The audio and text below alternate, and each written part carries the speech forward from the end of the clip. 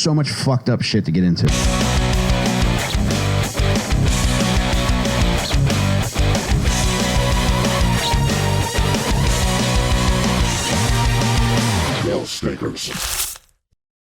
Welcome back to Little Stinkers, baby. I'm Michael fucking Rainey here with Jean Del Calo. Hey, everybody. Hey, Good, guys. Let me suck on that thing. Jacob Furman Matera, Jeff Simmons. Boy. Boy, look here. Oh, boy. I'm so excited tonight. Researching this week's stinker, which I hope we get to do, and I hope this is not the week for the Impractical Jokers episode, but researching this stinker, man, it brought me down memory lane because a lot of this took part in my musical heyday. Okay. You remember this action from television? Magazines? A lot of magazines, a lot of word of mouth, and just banging on wax. Hell yeah, What do you dude. think he means by that? I have no idea. You never banged on wax, I know Jake? what pimping on wax is. No. Banging on wax is like beefing on records. Diss records. Yeah. Diss tracks. Oh. Banging on wax be diss tracks. Like, A lot like that, that. Jake. Dude, that was me trying to rewind what I was doing in the middle of it. when he gets those shorts on, something happens in his brain. God damn it. Jake, I want to compliment you on your hat. Oh, I think that's a really good hat. thank you, Mike. It's a nice throwback Flyers cap. It is. It's crazy vintage. I hope you know that. Yeah, it is. Yeah. There's a date Core on State it. Center, Yeah, that's right. Yeah. 90s. August 31st, 1996. There you go. Look at that. That's a good day for... That's a good date for this episode, it seems like. Yes. Whoa. Good point. I can't wait. I think they were doing some kind of like hockey, international hockey tournament then That in the 90s? in August of 96. Oh, shit. Okay. Yeah, I think it was like the World Cup or whatever they called it. Was it Olympics? No, it was Okay. separate. And USA ended up playing Canada in the final. I think that was that time, but this isn't a that's hockey cool. podcast. So it's like I'm explaining HBO Welcome Max, to Pucking Around with which I have been watching a lot of because I'm fucking headfirst into fucking Entourage. Are you done season 3 yet? Or season 3A? Yeah, I'm on a 4. I'm on Really? season 4. You finished 3A and 3B. Yep. The one season that they separated by a year for some reason. Vince just watched Medellin, and he loved it and he hated it. So I can't wait to see where this leads. Okay.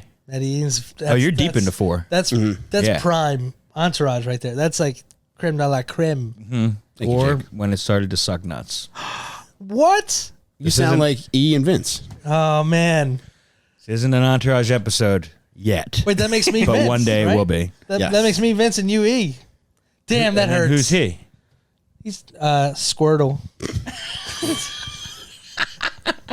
You are a Squirtle because of your Man. shirt, your color scheme. Yeah. No, I don't take it as a compliment. And if you get stuck Oh, on your t- back, you cry until somebody helps you up.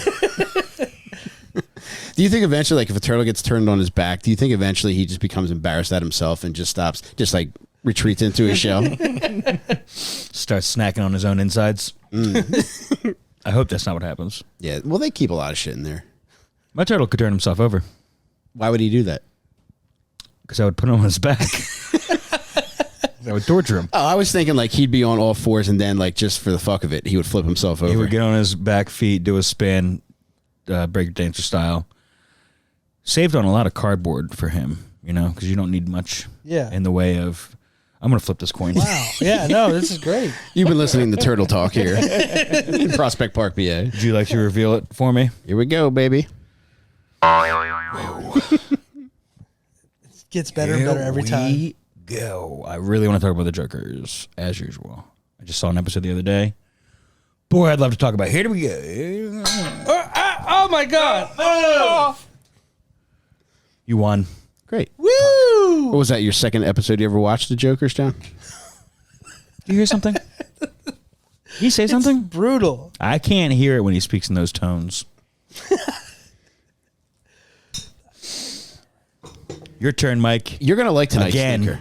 Like I said, it brought me back to my musical heyday. And, bros, I remember listening to one of the albums that he was involved in the summer of 92. Back when I was staying with my dear Aunt Patsy, happy birthday in heaven, left me $5,000. And I got this tape the summer of 93, I believe I got this tape. She must have had to buy it for you, right? Or is this pre? She got it for me. Yeah. No, she got it for me. And in back-to-back summers, I listened to Dr. Dre's album and Snoop's album, Doggy Style. It was Chronic and then Doggy Style. Yep, Two they were the summers first in a two. row. Yep. Wow. And of course, I'm referring to Marion Suge Knight. You married him? Wait, you said I had no idea his name was Marion? Marion. Yep. You had no choice but to be the hardest motherfucker on the block if you're born with the name Marion. Oh, dude, He was. And that's a black version of Boy Named Sue. Marion. How do y'all do? He was actually a very nice kid by all accounts. He was born in Compton, California, which was a nice middle-class neighborhood in the 60s when he was born. He was born April 19th, 1965 in Compton. And at the time, Compton was very nice. Nice little houses, well-manicured lawns. People seemed to be very nice to one another. And then the neighborhood gradually began to turn, and crack was introduced, and it just became gang-infested and, poverty-ridden, and it just became, a real eyesore, Jake. Was it the white flight too that contributed to this? It was, yeah. Yeah. Compton was once predominantly white. Wow. I can't imagine that. Do you know what year the government introduced crack into the neighborhood? He was not going to acknowledge it. No, I can tell you what year I introduced crack into my bloodstream. Into my body's neighborhood. Oh, my bloodstream. That was 2006. But no, I can't tell you that. But yeah, very fucked up and insane cases of police brutality. Just complete distrust between the community and the police department and vice versa. And it was just chaos. So people naturally gravitated toward gangs, especially the kids. Now, Suge had both parents growing up. His mother was actually very funny. His dad was just a very quiet, working class guy. He worked as a truck driver, and he also worked as a janitor. And his mom had that hustler spirit. She's a very sweet little older lady now. And there was a story that Suge told in this Showtime documentary called American Dream, American Nightmare. Nightmare with a K, Jake. Okay. And he says he saw his first dead body in Compton at the age of 5 or 6. Whoa. And he said that he found $5,500 on this dead body. Jesus Christ. Jackpot. Yeah. And he brought it home to his mother and he said, Mom, look at all this money. And she's like, you need to give me half of that. Half? Yeah. Dude, that's awesome. That's where he learned it from. Yeah. And his father at one point was a janitor, and his mother told him at one point he wasn't making enough money, so she told the dad that he needed to start stealing from his job. So the dad would steal towels from his job, and they would have yard sales in the front of the night home. Oh, my God. Where people from the neighborhood would come and buy towels. And That's so dangerous. You lose your job so quick that way. But he's getting an extra quarter per towel. Damn. Is the mom's name also Marion? I'm curious. Is that who he was named after? It's not. Oh, okay. Let me look it up real quick. And I wonder, Suge has to be short for Sugar? It is actually short for Sugar Bear, which I think would be a great nickname for you. Oh, man. Do you want to be a Sugar Bear, Jake? I don't want to inject anyone with AIDS. You don't have to. Okay. Then, yeah, I'll go by Sugar Bear. Don't skip ahead. Sorry. Jake, his father was Marion. His mother was Maxine. So he's Marion Jr. Okay. I feel like so many rappers became hardened individuals because of their names. Mm-hmm. So many rappers have soft-ass fucking Do they? corny names. Calvin Brodus. Who's that? Snoop Dogg. Is it really? Yep. Clifford Brown. That's T.I. No, Clifford. It might not be Brown. Clifford Smith, maybe. Method Man. DMX is Earl named Simmons. Earl. Fucking. I guess Earl's not a Yeah. soft name. Calvin. Maybe it's just because of the boy with the tiger that I think of Calvin as a soft name. I don't know that boy. Oh, Calvin and Hobbes. Oh, okay. You That's do one know of the boy. The peeing I on do. the logos and stuff. Yes. Yeah. Yes. I would like that. Yeah. I wonder if Snoop Dogg's responsible for that, for trying to get the name Calvin to get hardened on the street. That's a great conspiracy theory. Whoa. Can we edit this part out? I need to do a lot of work on this. Can you borrow some of this red yarn? No more Impractical Jokers episodes for me. When I finally win my coin flip, it's going to be about my harebrained conspiracy theory that will last maybe 3 minutes of actual talking time. So for Suge, there was no wild shit as a kid. like we usually have on our stinkers. That's crazy. He just seemed like a normal kid. Yeah. He really did well in football. He went to Linwood High School. You know who else is an alumnus of Linwood High School? No. Warren G. Maybe this will help. Linwood is halfway, it seems, between L.A. and Compton. Wait. Not OJ. Nope.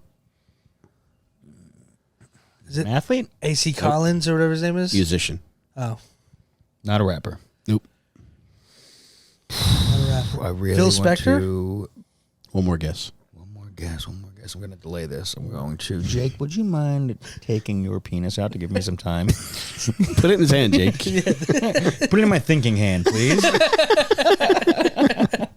Put your balls in my sucking mouth. I don't know how we're going to do this, but John will figure this out.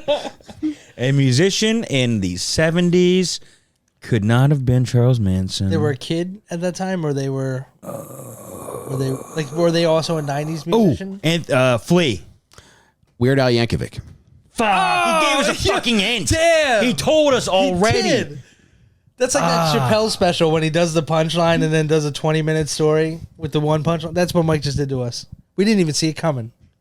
Yeah, Mike, you stole that from Chappelle. They both graduated from Linwood High School, and from there, he did so well in football. He ended up playing at a small college called El Camino College. From there, he got a football scholarship to UNLV. Damn. Wow. What position? Line? Defensive tackle and nose guard. He's a big boy. Going both ways. Oh, wait, that's both... Probably, though. And Sugar, if you're watching this, that was John that made that reference about you going both ways and not me. Damn it, I can't go back to Compton now. He was briefly a teammate of a famous NFL player 90s. at UNLV, mid-'80s. Jerry Rice. John Gruden. Jake Dick in his hand. No, Randall Cunningham. Oh, wow. So Randall left UNLV in '84, and Suge was just coming to UNLV. Suge was rubbing elbows with stars all his life. God damn, It's he was crazy. destined. It's crazy to think that the same high school produced Suge Knight and Weird Al Yankovic. I can't. That's breaking my brain. Two of the dude. greatest musical minds of all time. Yeah, yeah. Suge was such a good football player that there was an NFL strike in 1987, and Suge was one of the scab players that played for the Rams during the strike. The strike lasted like 24 days, and Suge actually got to play 2 NFL games. That's crazy. Yeah, That's the basis of the Replacements, right? It is. That's so cool. I wonder if the replacements is based on Suge Knight's life. You Shane Falco. murder was the replacement that they gave me. Suge, at this point, things start to take a turn when he goes to Las Vegas. He becomes a bad dude. He gets into a little bit of trouble. He has a girlfriend who ends up becoming his wife, this lovely woman by the name of Sharitha. And he becomes jealous of Sharitha at one point. And while she's driving him in the car, he grabs her ponytail, pulls it down toward him, and he cuts it off. Because he thought that she was talking to another man, and he felt that that would make her less attractive to this man. God. Beautiful lady, though, so even with a baldy, Yeah. I would have called her. Yo, What a vicious move. that is not because then he also still has to fuck her as well. But he don't go soft for bad haircuts is what I'm trying to figure out. He don't mind getting bobbed by bobs, you know what I'm saying? Getting top bobbed. That's his second reference so far, right? If Both you were getting ways? your dick sucked by a lady with a bald head, would you still go full on hand on the back of the head, or would you just guide her shoulders toward you? Probably shoulders. It would feel more feminine, I Yeah, you suppose. just gotta hope that she's got hairy traps. Or what are they, delts? No, wait, traps. Welcome back to Muscle Minute with Mike. I think they're glutes, Mike. right. Damn. Yeah, you have a wig on ready for that situation to just plop on. God damn, Jake. Halloween 1987, Sugar Bear gets into a little bit of a trouble. He shoots an acquaintance with his own gun. Initially, he's charged with attempted murder, but eventually those charges are downgraded to misdemeanors. Yeah. He ends up getting 3 years probation. Wow. Big mistake. Yeah, so he's... They could have nipped it in the bud right there. They could have, man. They didn't. More of a trick than a treat, huh, John? What was he dressed as? Dracula. Do you know where he shot him? Did he shoot him in like a murderable I think he place? shot him in the leg. Not murder. Yeah. I don't know. There's arteries in there. Frankenstein's monster. just clip someone. Yeah, I think he was definitely Dracula, considering he was blood affiliated. Is that true? Yes, he is. Wait, wasn't Snoop Dogg a I Crip? thought Snoop's a Crip. Snoop is a Crip. They can associate. Only on wax. No, in real life too. I don't think it's like you think it is. And also, I heard, who did I hear say this? But somebody it might have been Game, where he's talking about, like, somebody asked him if, like, can you wear blue? Because he's also a blood. He's like, yeah, you can wear whatever the fuck you want. Blue blood. Yeah. Or no, it was Nipsey Hussle. Okay. He's a Crip. He was a Crip. R.I.P. Nipsey. Yeah. But he was the one that put to bed the notion that you couldn't wear the other side's colors. He's like, if you want to wear it, you want to wear it. And I think you can do that, especially, like, you know, if you're higher up in a certain gang, you can get away with wearing whatever the fuck you want to wear. Like, don't go into the wrong territory. Wearing the wrong colors. Now, with that said, like, I saw footage of Suge giving an interview, and he's wearing a red sweatshirt that says Bumpton. That's sick. Yeah. I want that. I'm gonna get it for I want to you. get my fucking ass beat for that. I want you to get buried in that. Prematurely. Yeah, Jake, who do you want? Oh, man. You want to be a blood or a Crip? Oh, I'll definitely be a Crip. I just want that handicap tag. They don't get handicap tags, right? That's the sign that everyone's talking about when you throw up signs. It's a handicap tag. Yeah, you're making the wheelchair with your hands. I do throw up blood with my hands, though. John, stop doing that on this podcast. I'll do it on any podcast I want. No, you Oh, won't. damn, look at This that. this is for Suge's side. There's the sweatshirt right there. Look at that. That's Bumpton. And it's pretty cool. And Capper Nick's modeling it. Can you do this, Greg? Jake? That's Ballin' No, I Bappernick. I can do the Spider-Man. Suge keeps getting in trouble. He gets in trouble after he's put on probation for a pistol whipping. And at this point, like, I think he realizes, like, all right, I need to figure something out here. Yeah. 'Cause I need to keep myself busy. He becomes a bodyguard for Bobby Brown.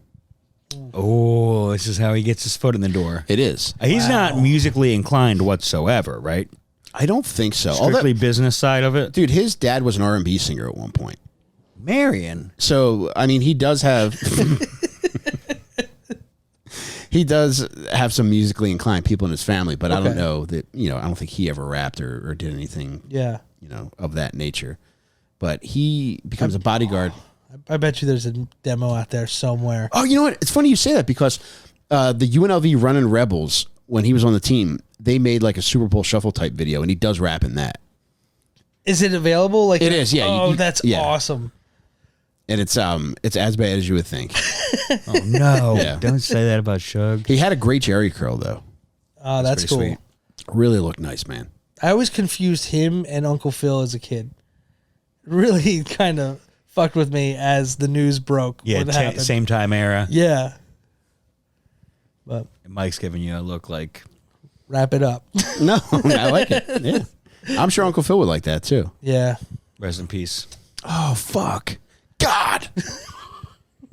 And did Suge pass too? He's still with us. Okay. Love you, Suge. Damn. That sours my mood. I forgot he was dead. Oh, sorry about that. Guess me has to wear the dunce cap. Yeah, we haven't addressed this yet. So we're toying with a new dunce cap. Yeah, we are. And John's going to be the first one to try it out, because he didn't know that I didn't know Uncle Phil was dead. Yeah, and that makes a dunce. And now we are officially playing with fire, everyone. They throw up the blood gang set. Throw up blood with my hands when I'm going through Crenshaw. Stop. Don't do that. What? Don't go through Crenshaw throwing blood on my hands? Because the Crips going to get me? John, you're going to get hurt. I do got a blue hat on today, too. It's actually... And a red pillow. Look at your Unity. You got a red pillow. It's not my pillow. As long as the hat's on my head, my fingers will be like this. Our friend Suge goes from bodyguarding for Bobby Brown. Goes from bodyguarding for Bobby Brown to bodyguarding for some of the artists at Ruthless Records, which was run by a guy named Jerry Heller and the late great Eazy-E. Gotcha. Okay. So they're already friends at this point. Right. Yeah. Well, friends. Jerry Heller, played by the great Paul Giamatti in the movie, correct? Yep. Yeah. And he's great in by all accounts, seems like that guy truly was a good guy. Jerry Heller? Yeah. I don't know if he was a good guy, but I do believe that he had Eazy-E's best interest at heart. Gotcha. Because Eazy-E ended up going on the outs with Dr. Dre and especially Suge Knight. Yeah. There was a point, too, where, all right, so Suge Knight is doing bodyguarding for some of the artists at Ruthless. It includes Dre, Eazy-E. Do you know a rapper named The DOC? I know that. I've Rings heard a bell. Yeah, he's been in some of Snoop stuff, and he's got a real raspy voice. And Yeah. dude, this is so sad. Like he was like an up and coming rap star. He got into a car accident, and it ruined his vocal cords. No way. So he talks with like a severe rasp now. Ever since the Was it accident, the seatbelt that got him? I don't know, man. Damn. Save lives, but ruin careers. Would you rather be dead or have your penis permanently stuck in your throat and you had to sound like that? You get you get in an accident. Do I have to move my balls to talk? No, the balls stay put, but somehow you got folded up like a pretzel Balls stay and you put. bit your own dick off in the accident, and it's stuck in your throat permanently. Like one of those things that hang back there, like the fucking. Yeah, and there's extra room because you got your tonsils out when you were in your teens. So your tonsils are essentially like mouth balls at this point. Oh man. Would you have permanent dick throat, or would you have them kill you, like the EMS are known to do? What would you do? I would rather be dead. Like you'd rather be dead than have dick I throat. can't look people in the eye with a dick in my throat. Yeah, I would live. I would do it, but I would like if there was a podcast happening, I would have like a filter on to normalize it, you know. Okay. But then I would never go out in public. Really? Yeah, I'd be like Tough, Brian man. Wilson. Especially if people know. Like if people know what happened to you, you might be able to fucking, lie to them if Yeah. they're not aware of you. Right. But if you're a guy that ends up getting his dick stuck in his throat in an accident, odds are the entire state's going to know Just about having you. a conversation with somebody face to face, and they just like start staring in your mouth, like, is that a penis? I thought you really wanted to go to the beach with me and not just looked into the back of my throat to see if there's a penis back there. Well, okay, I just wanted to figure that out. Sorry to interrupt. How do you figure it out? You just take them on a roller coaster, just get the picture. You have to get the seat that faces backwards in front of the person. That you... Think you can get it Heimlicked out of you? No, that's part of the stipulation. Fuck. It's stuck in there. It'd be like one of those New Year's things you blow into. Just It's a Philly fanatic penis tongue. Suge's working at Ruthless. He ends up starting his own publishing company called Funky Enough. Music publishing. Yeah. Okay. There's a guy who's a local rapper who works for him and is also a songwriter by the name of Chocolate Johnson, who ends up writing some of the lyrics to Ice Ice Baby. Whoa. And because Chocolate did not get paid for that, and because Chocolate didn't get paid, Suge wasn't getting paid, that's when they had the infamous confrontation with Vanilla Ice in his hotel suite. Oh shit. Okay. And they shook him down, and there's rumors that they held him over the balcony by his ankles. I don't know whether that happened or not, but they definitely threatened him there. And they definitely recreated that in an episode of Entourage. Yeah, I did see that with recently. Saigon. Yep. Yeah. And his muscle man, the guy from The Wire. They also opened everything in the mini bar. Ran up his bill. And then, famously, of course, you remember the scene where they're hanging Johnny Drama over the edge. One little drop and he's toast. It's at the Downtown Standard. Been in that pool. It's actually Hollywood Standard. Yeah. Anyway. Leonardo DiCaprio owns it. Or Owns it? Owned it at one point. I don't know if he still owns it. Oh, is that why Yeah. Brad Pitt Yeah, owns it yeah. in? Is that on Sunset? Yeah. Yeah. Okay. And then, of course, the guy who has his goons hang Johnny Drama. And hang on, guys, we are getting to a point. Says something about Viking Quest. And Yeah. Moments from death. All Johnny Drama cares about is getting recognized from Viking Quest. It's beautiful, isn't it? The cruelty of fame, celebrity. The disease called fame. That's a shit. So is he still also bodyguarding while he does the publishing? I don't think so. I think Okay. once he starts his own publishing, it's a step up, and Okay. he's not going back to that shit. It's insane. However- How come he didn't move on to Whitney? You know, instead of going to Ruthless Records, Yeah. like, hey Whitney, do you need anyone? I'm just hanging around protecting Bobby while he beats the living shit out of you. Do you need a bodyguard to just hang out? And she What if doesn't he had want to that. stop like both of their fists? Like when she was swinging on him, Just he had stand between them and get socked in the face. Oh my god. Yeah, that's probably what changed him. That was probably the real pivotal moment. Be in the middle of a Bobby Whitney scuffle. Sandwich. Can't do this shit anymore. As a fat little boy, I remembered hearing my mother and my aunts talk about what a bad influence Bobby Brown was on Whitney Houston. I think it may have been the other way around. Why? What makes you say that? I think she might have possibly been into crack before he was into it. Ooh, are there substantiated information No. about this? I It's just a be nice siding little with theory. men like that. I love theories. Dude, I love got some theory theories. with no backup. Just this is what I think. You This get a is what little, I you get a believe. little gut feeling. Yeah. Maybe it's diarrhea. Maybe it's Maybe Whitney it was bad. Yep. She ruined that, man. Man. Oh my god, this is Mike's piss. Why in the fuck do you have this in the? Why are they selling this at CVS on the street? Because it's summertime. So now, Suge has a bone to pick with Ruthless. So he finds out that some of the bigger artists on the label, which, like I mentioned, include DOC, Dr. Dre, I believe the woman that was Dr. Dre's girlfriend at the time, which eventually becomes Suge's girlfriend, this girl named Michelle A. Do you know her? Mm-mm. She speaks with like a baby voice. Sounds Very predatory. unique. It's very unique. And she was a singer, and she had one song. There were moments in the song where she sounded like a powerfully voiced woman, and then other ones where she was exhibiting that baby voice. Like Gwen Stefani baby's voice? No, like a little ass baby girl. Goo Goo Gaga stuff? Yep. Oh shit. Weird. I'm gonna play it for you when we're Full done. of Leah. Even weirder that two guys wanted to fuck her baby voice. She's very beautiful. Still, Jesus Christ. it's Now, gross. what if you were in that accident with a dick in your throat? Would you date a lady with baby voice? Would I get with her? Yeah. Yeah. It would be my only saving grace. I mean, what? They're going to yell at me? I don't have a fucking dick. They're going to really yell at me? My dick's in my own fucking mouth, dude. Can you give me a break? Suge Knight ends up, when he finds out how much they're actually making, he's trying to get to the basis of what they're actually making, because all these artists are like, look, we know we're not making as much money as we should. Can you find out what's going on? Because Suge's a powerful guy. He can get shit done. Jerry Heller and Easy, they have more money and influence than any of these other artists. So Suge and a couple of his boys go into the Ruthless offices with bats, threaten them, and they eventually get the paperwork, their contracts.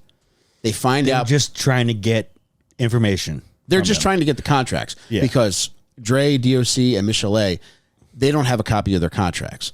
And That's crazy. legally, like Suge is right, they are entitled to a copy of their Yeah. contracts.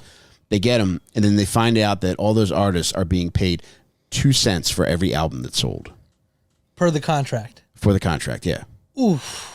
Yeah, we're going to be renegotiating on that one. That was know my so- Suge impression. Those are Spotify numbers, dude. That's- Seriously. What? Okay, I'm curious to see what it changed to after he had his influence. well, he That's ended up fucking crazy, dude. after they get the paperwork. They try to figure out the best course of action. The next course of action is for Suge and those guys to go confront Easy. Easy's under the impression that he's going to the office to meet with Dre about something. Oh, so it was just Heller in the office when they Oh, came with shit. bats. Yes. Gotcha. They go in there, and Easy's there, and then Suge and his buddies walk in there, and they all have bats. So they're like, "You're gonna sign Dre and all these other people out of their contracts," and he's like, "No, I'm not."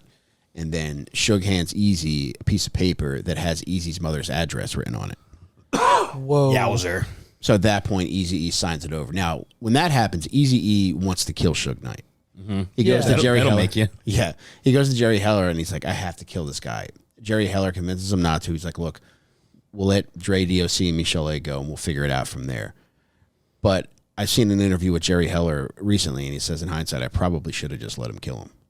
Yeah. Jesus. Except there was no gun big enough to kill Suge Knight that Eazy-E could hold. He was a little guy. He's 4'9". He was not 4'9", was he He's really? 4'9.5". No, he was not. I would say I would take a guess and say he was 5'6". I bet you under 5'6", 5'5" at the tallest. I say 5'9". I'm gonna say 5'6" with a hat on. 5'3". 5'3". Oh my God. Winner, Damn. chicken dinner. Little Gary Coleman ass. I'm telling you, what's he going to take a 22 to fucking Suge Knight? Even that's going to give him a noisy cricket ass backfire. God, that's legit David versus Goliath. Eazy-E found dead today after trying to squeeze the trigger of a gun that was made for a man 3 inches taller than he. They get out, and at this point, Suge forms Death Row Records. Now he forms it. They partner with Suge, Dre, DOC, and a guy named Dick Griffey, who's the head of a local record company called Solar Records. So they're using the Solar record facility to start recording as Death Row. Okay. And there's 5 total people involved with the inception of it. There's 4. All right. So there's 4 there, and then there's a guy who's about to go to prison for a very long time. So he's a drug kingpin named Harry O. I think his real name is Michael Harris, but he goes by Harry O. Oh, Jeff, is there a folded up piece of paper over there? Should be next to the computer on the left. If there is, I want to read something that really cracked me up. Oh, yeah, that's it. Thanks. When Death Row is about to pop off, it seems like, all right, this is going to be the thing because everybody's getting behind it. They have Los Angeles behind them. We in 92 at this point? This is 1992. 91 is when it's established, and 92 is when the first album's going to come out. So as they're establishing Death Row, they decide they're going to have an outrageous party. There's a place in Beverly Hills called Chasen's, which is where they have like a lot of like Oscar parties and Grammy parties and shit like that. Up until this time, there really wasn't any predominantly black parties at this place. This was almost exclusively honky. So they rented it out, and the way that they rented it out, the way they invited people was they sent out invitations in the form of subpoenas. Damn, it's so funny. So they subpoenaed all the guests who thought they were being served papers, and inside their subpoena it said, "You are hereby ordered to appear before the Honorable Dr. Dre and the offices of Godfather Entertainment as a guest of the court, witnessing the springing of Death Row Records." That's amazing. That's it's very cool. awesome. That's one of the best marketing ideas I've ever heard. That's so funny. Whose idea was that?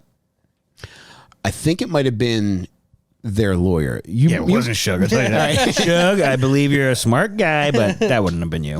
I think it was their lawyer, who was a guy named David Kenner, who represented Snoop during his murder trial. Okay. So David Kenner was like the go-to guy for any rapper that got in trouble in Los Angeles. And he's the one that connected Suge with Harry O.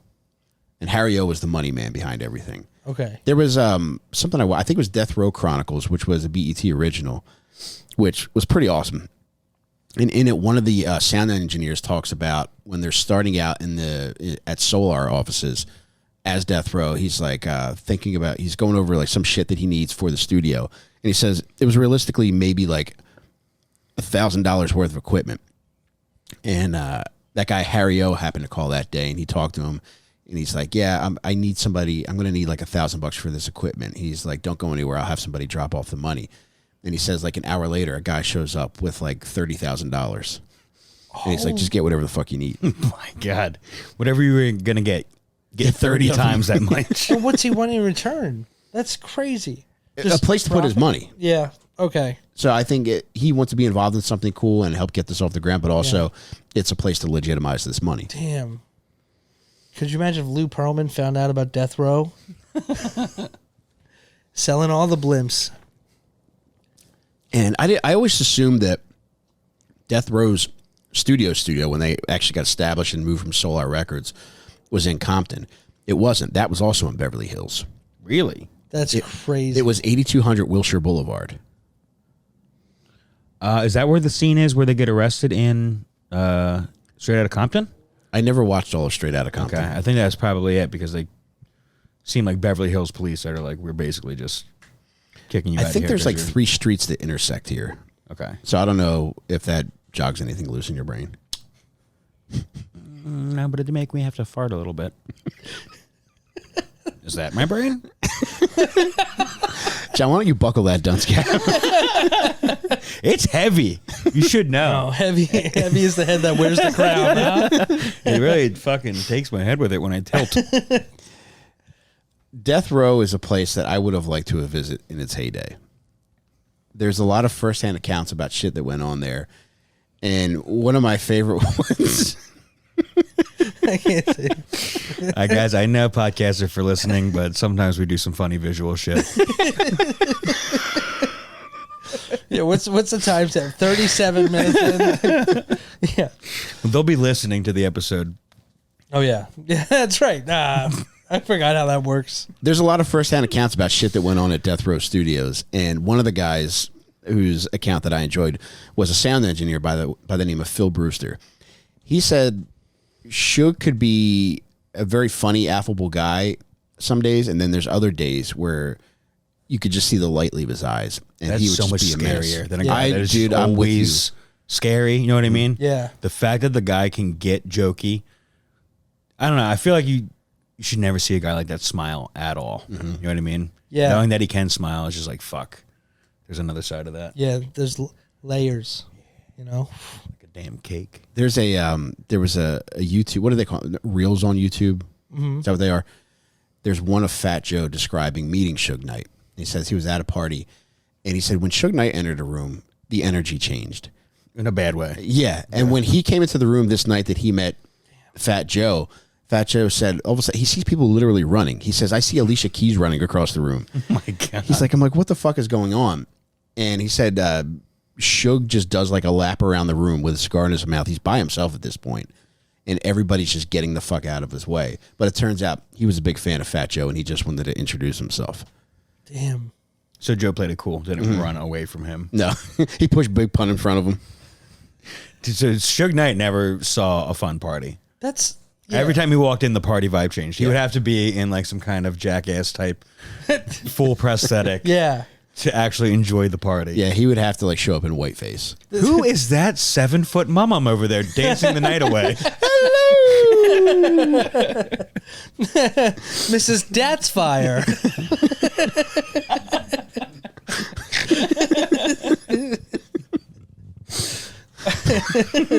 Jake, you want to wear the helmet a little bit? yeah, I'll take it. It is getting heavy. All right. Thank you. Here we go.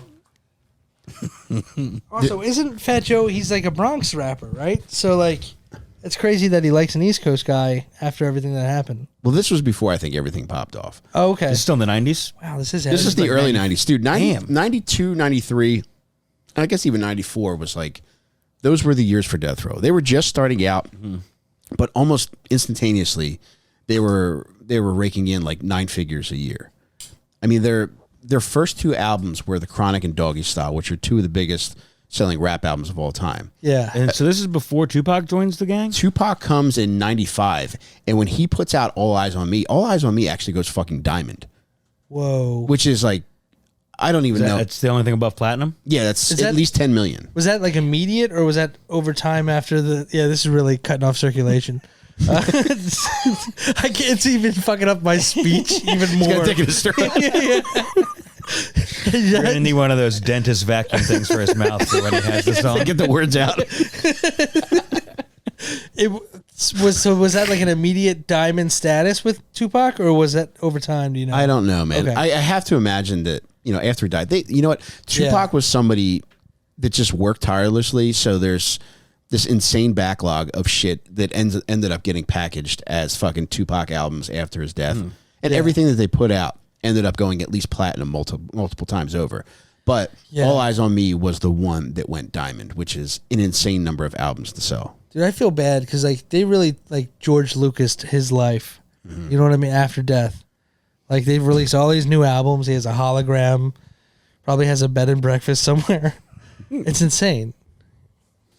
Anyway, Weren't you the one that told me he's alive? he is alive. Where's he Saw at, him at an Jake? airport. I didn't see him at an airport. You said you did. Iowa. Back to Death Row. Yes, please. So a lot of fucked up shit is happening, and Sugar's a scary guy. this guy, Phil Brewster, talks about a time where he had a friend come by the studio to come and just check it out. And there were always like random gangbangers wandering around. And he says, guys would just openly smoke PCP in the offices. And he said one time, getting wet. The day that he brought his buddy in, a guy that was smoking PCP came up to the buddy and just socked him. And he said, I told you not to park in my fucking parking space. And this guy Had never met him before. no, he's like, we didn't have parking spaces. It was just a lot. Street parking. And this same guy said that, there were plenty of times where Suge could be super nice to him, but he said one time where Suge turned on him was a time when Suge thought that Phil Brewster took his bottle of hot sauce. And he lost it. That's all it took for him to snap. It was just gone. Like whatever the fuck happened to it, somebody else probably. No, I picked mean it up like, that made him snap. That was it, yeah. And he blamed him, and he was convinced that happened. I assume he had to circle the block a couple times to park. There was a couple other things that led up to that. No one knows about the other parts of Suge's day. No. He's not an open book. Talk to the man. He's watching. Suge, I miss you.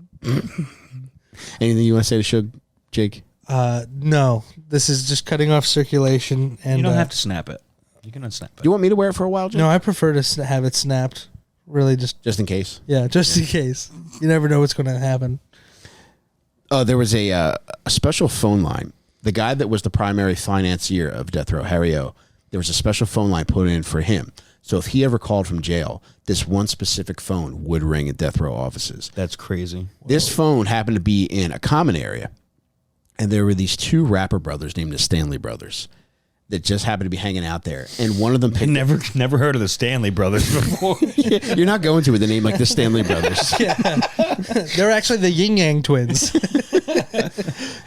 Yeah, after the steamer got so much clout, they had to switch it up. But these motherfuckers, they're sitting there hanging out, and the one Stanley brother picks up the phone to make a phone call. Suge happens to be walking by, and he sees him using this. He comes in. By all accounts, he calmly asks him not to use the phone because that's for the CEO. Oh, he went outgoing. Yes. Yeah. Oh, shit. Suge explains to him that this is just, for very important business. This is not for personal phone calls. And the guy says, I'm not a fucking LA gangbanger, so don't talk to me like I'm one. And he continues to make his phone call. Whoa. So Suge starts beating this guy's ass. So naturally, all Suge's buddies jump in to jump him and his brother, and they made him strip down naked. That's how it goes. They took out their wallets. They looked at their IDs, and he's like, look, if you go to the police, I know who you are, and I know where you live. Don't ever come back here, and don't even think about going to the cops. Okay, yeah, and also, you're never getting anywhere musically, Stanley Brothers. You'll never make a track in this town. Yeah. So as long as I live. What do you think the Stanley Brothers did? They were never seen again, I assume. Milli Vanilli. They went to the police. No. Stanley Brothers, you're too stupid to get rich. Bro, they went to the police. Idiots. Suge ends up getting brought up on charges for the beating. However, the prosecuting attorney is a guy named Larry Longo. I love the last name Longo. And guess what? Prosecutor Larry Longo has a daughter who is an R&B singer. Naturally, Suge offers her a record deal at Death Row, and she accepts the record deal, and the case goes away. In the middle of it went to trial, or It didn't even get to trial. Yeah, And that's the Stanley awesome. Bros never got their shit pushed in or their dicks stomped off or... They both had their own dicks shoved into their throats, never to be taken out again. Became the Baja Men. On a similar Stanley Brothers note, there was a manager named Happy Walters. That's his birth name. Awesome. He used to manage Cypress Hill and House of Pain. Suge... That's so funny that those two bands had the same manager.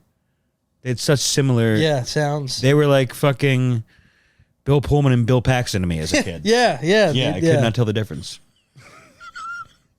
Here's the other one. Or Uncle Phil and Suge Knight.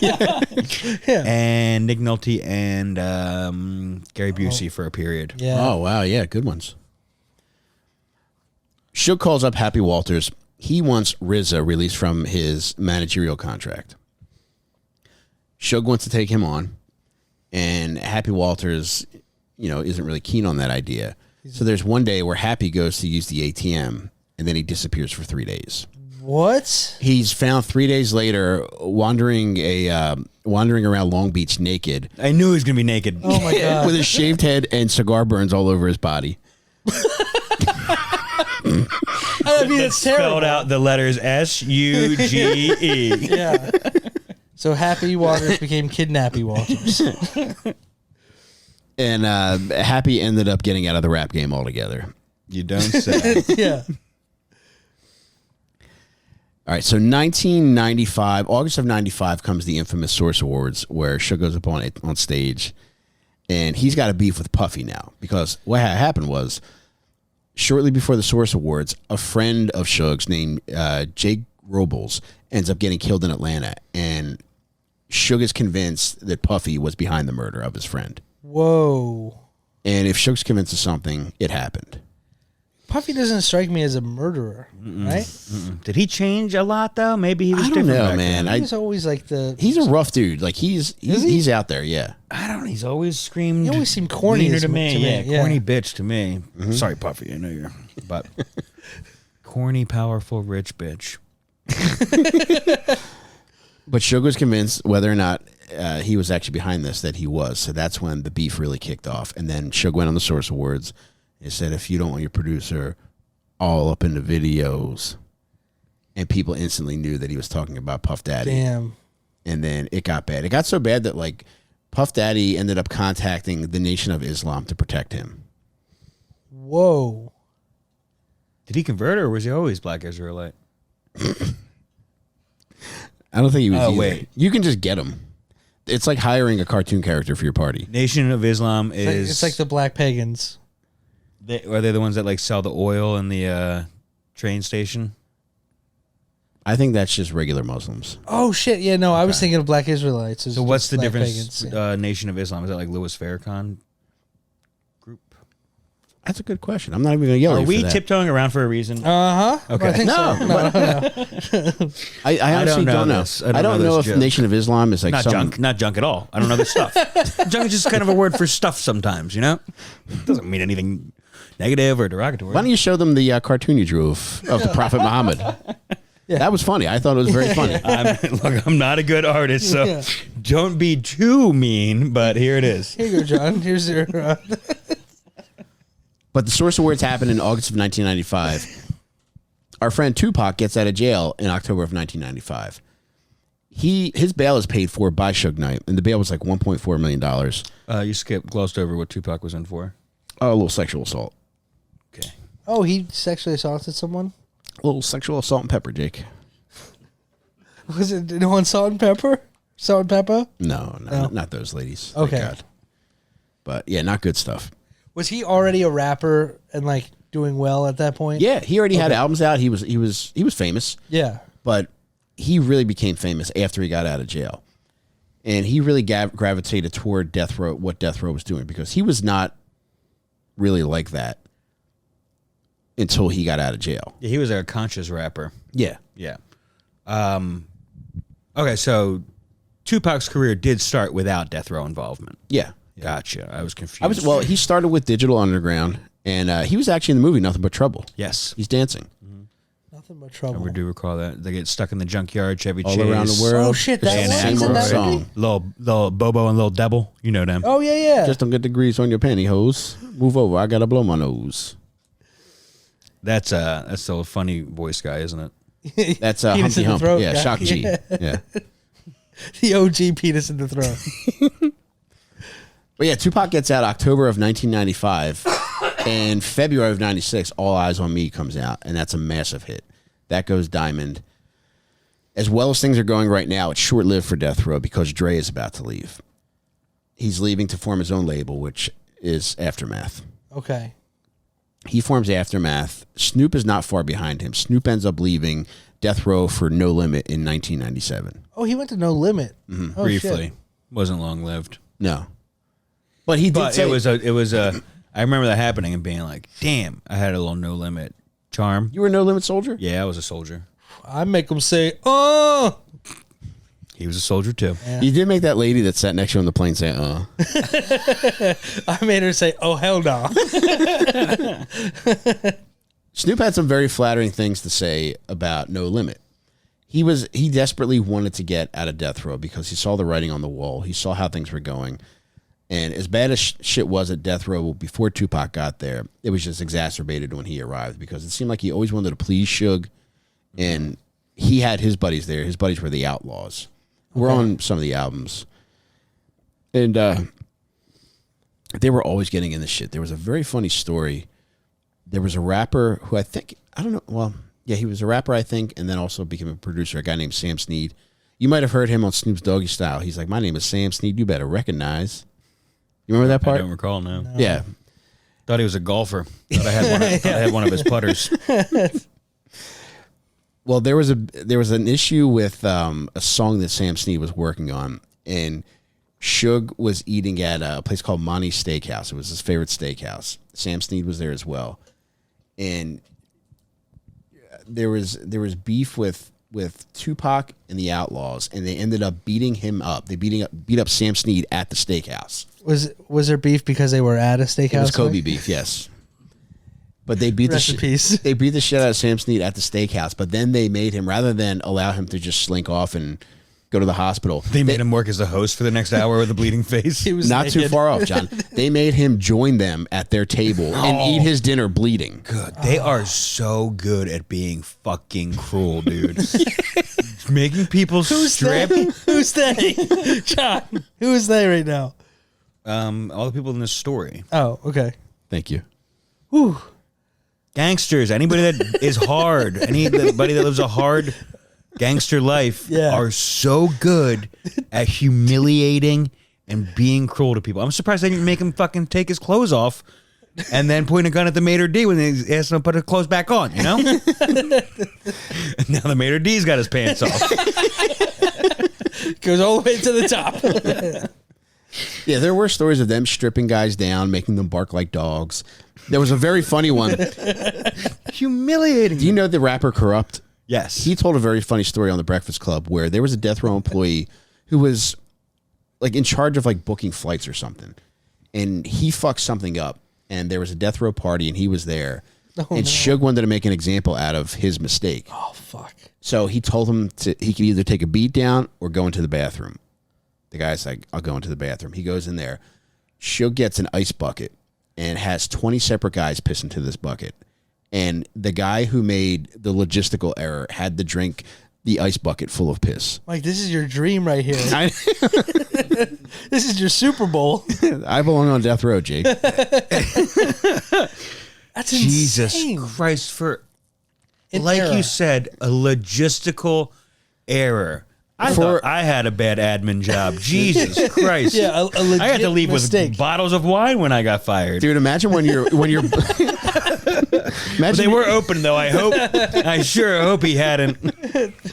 Imagine you're boarding a flight and you just see Suge stuck in the middle seat, just fuming, and you're just like, "Oh my god, somebody's drinking piss tonight." That makes sense. Yeah. That's brutal. So Dre leaves first. Snoop is not far behind. Snoop ends up leaving in '97, but he and Tupac, they're thinking around leaving at the same time because Tupac isn't making as much money as he has. And one thing that Suge would do that ends up rubbing a lot of the artists the wrong way is he'll give them cars and houses. However, none of the cars or houses or any of the expensive gifts are in their own names. Right. Yeah. Suge owns everything. So essentially, they're just borrowing shit. Yeah. Instead of getting paid, too. Yeah, that's a kind of a Lou Pearlman-esque similarity. But, I mean, even the ones that do get paid, like rappers that get big checks and then buy, or any musician, doesn't just have to be rap. Jesus Christ, I'm saying a lot of fucking stuff. They always buy a very expensive house and then they fucking have to sell it within 5 years, you know, when their second album doesn't do well. So I feel like that's not the worst thing. You know what I mean? If you're living in a fucking Beverly Hills mansion and you're eating steak every night, that's the same as making millions of dollars a year. Yeah, I'll sign the receipt, Suge Knight. You know, I don't care. Dude, that's, I mean, so when Snoop left, had his murder trial already happened, that whole thing? I think so. Yeah, I think the Snoop murder trial was in like 94. Okay. Yeah, Snoop put out a couple albums on Death Row. His second album tanked. I think his second album was The Godfather or The Dogfather. Okay. The first one was incredible. Is that the one where he's got the German Shepherds next to him and they're all looking very tall? The Dogfather? Yeah. Yeah. The The dog doggy. didn't do well. No, it ate shit pretty Got hard. no hits on it that are like radio hits. I can't remember any. I know, dude, fucking Doggy Style, like every song was good. I know. Yeah. And the artwork was incredible. I used to jack off to the artwork. They're fucking dogs, dude. They're I've never seen the anthropomorphized artwork. dogs, man. That's fucking crazy. I Just used a to do the dog same with thing. tits. Is that what it is? Like dog They with are tits? dogs with tits. Is it really? Why must I chase the cat, dude? Yeah, why must I be like that? Nothing but the dog in me. Yeah, I think that's the Parliament Are those Funkadelic lyrics or is that lyric. just Yeah. But there was one thing off that album. I listened to it again today, and it made me laugh as much as it did when I was a teenager. W Balls. You remember that one? No. W balls? Yeah, it's like- sing it top to bottom for us. Yeah, it's like a guy doing like a fake radio promo as though he's a DJ on a station called W Balls. WBALLS. Yeah, tune into the biggest balls of them all, DJ Salty Nuts. Hey, don't forget about my boy Easy Dick and the Jack Off Hour. I used to love rap Whoa. skits. Was that before Sweaty Balls, the SNL thing? Did It had to SNL have steal been, that yeah. shit? Sounds like it. Yeah, this was Doggy Style came out in Damn. '93. So the Chronic, just for reference, that went triple platinum. Doggy Style went quadruple platinum. Wow. So Snoop was massive right off the bat. And they Wait, had, Doggy Style did do good. Doggy Style did. The Dogfather did Dogfather. not. Oh, Dogfather was 3. Right. Or second. And did Snoop Dogg actually do the murder? He may have been involved, but he was found not guilty. Yeah. I knew that part because I want to know. with Martha Stewart all the time now. Exactly. Now. Yeah. But like the same as we see Puffy as like an innocent, not harmful Yeah. person now. I feel like Snoop has had that kind of The reputation rebirth for that a he long had, time. I Yeah. think it came when he left Death Row. Yeah. Everything clicked into place for him. He's yeah. got like I can't imagine how much fucking money Snoop has. He's got every dude. And a funny note, Snoop is the current owner of Death Row. What? Did it That's kind dissipate of at some point? It Totally? did not. It went into bankruptcy and then fuck. I remember this. This is like kind of recently, within the past 5 years, Yep. right? Last 5 years. The toy company Hasbro bought Death Row in 2019. Are you serious? I swear to God. And Snoop ended up buying it in February of 2022. I saw him. I didn't know that until I saw like a recent announcement that Snoop made where he was talking about how he and Dre had to reschedule concerts that they're having at the Hollywood Bowl to show solidarity with the writers. And he's wearing a Death Row jumpsuit. I'm like, why is he wearing that? Like, he and Suge are mortal enemies. But I looked it up and like Suge is the owner. And now he's got all this Snoop fucking is the owner. Yeah. Yeah. And he's got on his online marketplace, which he calls the Snooper Market. That's awesome, dude. Yeah, I feel like he's like Shaq with endorsements. Yeah. Incredible. He's got that's a good way, Jack yeah. in the Box today. He has a new thing out. What's that mean? Today, like it happened today? I saw it today. It's he and Jack from Jack in the Box. I saw them walking, Getting high both wearing together on suits. fucking Vulture. Dude, Hot boxing the box. The guy actually took his fucking hat off. They're like, "No, you can't do that, dude. I'm so fucked up right now." It was the DJ Marshmallow underneath, though. Yeah, he's up there like with like well, he's more popular than Tony Hawk, but I feel like he's in that level of like celebrity / like harmless, like Ubiquitous you know what I mean? presence, Yeah. Everyone loves him. non-threatening. Yeah. Yeah. I always wondered too, and in regards to Tony Hawk, like how much he fucking made off of those fucking games. Oh, he's I still think it was the making video game specifically that made him rich. Dude, there was I watched a clip recently of him talking about getting paid. He said like once a year he would meet with the guy who was from the game company who put out fucking Tony Hawk's Pro Skater. And he said when the 4th game came out, he says, "Look, we're getting into territory that we never saw coming." And he's like, "I'm going to give you a check and I think you're going to be surprised by what I give you." And he said they're at lunch and he slides a $4 million check across the table. Holy shit. I thought it was going to be bigger. Really? $4 million for the 4th game. I thought it was going to be like fucking 20 mil. Those things sell like goddamn hotcakes and they come out only once every few years. But I wonder if like that became the norm after that. Yeah, I bet you. I mean, Like an I bet you annual. he makes 10 mil a year from the video game still. Whoa. I would believe that. I just bought it for Nintendo Switch. The 1 and 2 Yeah. remaster. Yeah. Did you get the one Awesome. with the skeleton on it? You play as the Ripper? I don't know. I don't know if there's skeletons on it. Yeah, it was an extra $10. You probably didn't spend it because Damn you're it, fucking thrifty. I didn't. Yeah, I have. You know, I like a good thrift. So we're getting into 1996 now. Uh-huh. Tupac's fed up with Death Row. Things aren't going well between he and Suge, and that's never a good sign, Jake. No. September 7th, 1996, Death Row's in Vegas for a Mike Tyson fight. It's Bruce Seldon versus Mike Tyson. There's a fight in the lobby of the MGM Grand. It turns out, all right, so Death Row guys, Tupac starts the fight. Suge ends up kicking the guy on camera. They end up attacking a Crip from Los Angeles named Orlando Anderson, who, oddly enough, looks a lot like Tupac. Whoa. He looks more like Tupac than anybody else I've ever See, seen. John? See? He's alive. See what? He's alive. Oh, it sounded like They're both dead. They all do look. Oh, no, alike. they're both dead. Yeah, they're Fuck. both dead. Okay, all right. Tupac and Well, there Orlando goes that are dead. theory. Was it a possibility that they beat that guy up because they thought it was really Tupac? No. Okay. So what happened? If 2 months prior, there was a guy named Trayvon Lane who was associated with Death Row, and he had the Death Row chain and the pendant. Yeah. He was at a Compton Mall, and he was attacked by Orlando Anderson and his buddies, and they stole his chain. Damn. And when they were in Vegas, somebody pointed him out, like, "Oh, that's the guy that stole Trayvon's chain." So he had it coming. Yeah, he did. And then they saw the fight, and they were going to an after party where Tupac was going to perform, and I think it was like 11:15. You see, there's photos of the last photo of Tupac alive. It's kind of an eerie photo because he's got a weird look on his face. Suge's driving, and he ends up getting shot 4 times. He ends up getting shot, I think, twice in the lungs and then twice in separate parts of his body. Car to car, right? Yeah. A Cadillac pulled up, and they fired into it. And Suge actually got hit, too. On Las Vegas Boulevard, right? Yeah. Yeah. Yeah. Whoa. There's so much, I mean... That's a busy street. This is a whole nother episode. Can't get anything Yeah. by Jake. Yeah, here you go. Thank you. There you go. It's getting a little hot under there.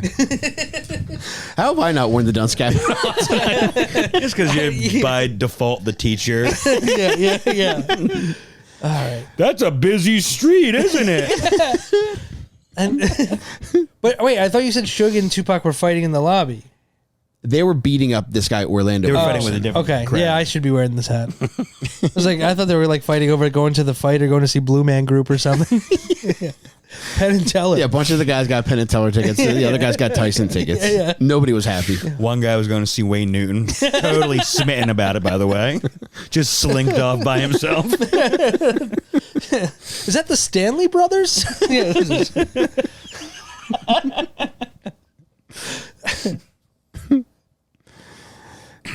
Yeah, they went through his pockets and they took his Siegfried and Roy tickets.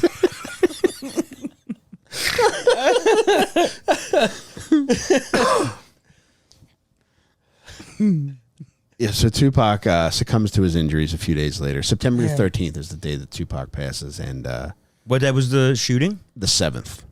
Okay. I just started community college. Oh my God. That would have taken me out too, for sure. Dude, I was struggling with community college to begin with, and then Tupac got shot. And then a guy you've never met and barely heard of got shot. I was a big Tupac That fan. added a decade to whatever you were like, all right, I'm going to need some time. I'm going to need to take a few gap years. I'm going to go find myself in my own neighborhood for a few years. I'm going to go backpacking 3 miles around my house.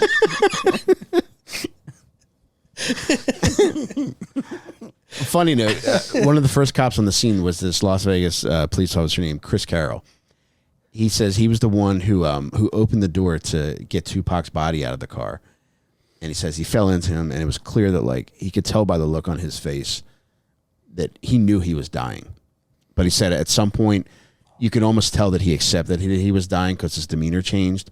And at that point, like, this cop, Chris Carroll, said, he looked at him. He's like, I want you to look at me. He's like, who did this to you? And he said Tupac looked him in the eye and said, fuck you. Dude. Those were his last words. Really did change him going to jail. Mm-hmm. He never spoke again after that? No. He was unconscious in the hospital the whole time? I don't know if they put him in a coma or he just lapsed into a coma, but they ended up taking one of his lungs out, and he went into cardiac arrest right after that happened. His body just... Damn. It was They just, were trying to give him a lung transplant? I don't know if they give him a lung transplant or just... Can they make you live with one lung? I think they can have you intubated and still survive, perhaps, but I don't know. Now, would you say that's a medical mistake? That he died A shooting? because of that? Yeah. No, because they took the lung out and then it caused the you said cardiac arrest? I imagine they were taking it out because they needed to, Yeah. for him to have any chance of survival. They were going to sell it. Do you know who has it? It now? went diamond. His lung went diamond. But Tupac passes away, and they ended up putting out a bunch more Tupac albums out on fucking Death Row. Of course. Snoop ended up leaving in 1997, and Suge ends up getting in a lot of trouble, because of this whole Vegas fiasco, because he's seen on video kicking Orlando Anderson, and he's taking part in the beatdown. He was already on probation for the actually, it might have been for the Stanley attacks. He avoided jail time for the Stanley attacks. He had gotten probation for it. Gotcha. Okay. Right, but he avoided jail time because he offered the prosecutor's daughter a record deal. He was the on probation. prosecutor couldn't just let the whole thing slide. Right, That it was look probation. suspicious. Yep. He ends up getting 9 years in prison. He's sentenced to 9 years. He only does 5. Just for the involvement in that lobby fight? This was his third strike, and California had Okay. the 3 strikes rule, and they really were motherfuckers about that shit. I think they still are. So he was tried in California and not Las Vegas? That's It still violated his Okay. probation. Oh, yeah. Doesn't okay. matter what state it happens. Right. in. So he was guilty of nothing in Vegas then, technically. Or I mean, worthy of going to jail there. He could have been prosecuted in Vegas, but either way, it's a violation of his probation back home. And again, too, he may have even needed permission to be in Vegas, and he might not have asked for it. So that might have made things even worse too. So Biggie had nothing to do with that at all. That Vegas stuff. I don't know. I think it's reasonable to believe that Biggie might have had something to do with Tupac's initial shooting. Do you remember when Tupac got shot in New York, leaving the recording studio? Okay. Damn. I know there was a lot of bad blood between Biggie and Puffy and Tupac because of that, but that was years prior. Perhaps. You okay with that unbuckle, Jake? You know what? I feel like I'm living on the edge. I think it's going to fly off your head. Sure wish someone would drive up and shoot me right now. So he ends up getting out after 5 years. He ends up going right back in for associating with gang members. You can't do that, Jake. Wow. He ends up going back to jail, gets out, goes back in after that for beating up a valet. Oh, no. Another innocent casualty. In 2005, he ends up getting shot at a Kanye West VMA party. My God. So he's just on a path now. Yeah. He ends up getting shot in the leg at the Kanye VMA party. He ends up suing Kanye for not providing adequate security at the party. Genius. Do you know who shot him? I do not. He ends up, oh, dude, this is fucked up too. While he's on the ground after being shot, somebody steals his chain. That's kind of cool. That's old school. Yeah, it's pretty wild, man. Is it the third stolen chain of this lesson? Damn. Ooh, wow. Yeah, there's at least 2. I'm trying to think of the third one. Might have just been me picturing it. And why did it he might beat have up- just been me thinking that's why I don't wear Why a did- chain because like- I would get snatched every time You I think leave he my beat house. up the valet for just having the seat too far up? That has to be it, right? He got out of his car again. Yeah, my knees touched the steering wheel. 2006, Death Row, they have to file for bankruptcy. Okay. So the company is not doing well. Things continue to spiral for Suge. In 2008, he's caught on video getting knocked out by a guy named Greg the Barber. How big is Greg the Barber? I don't know, but this is one barber you do not want to let near your head.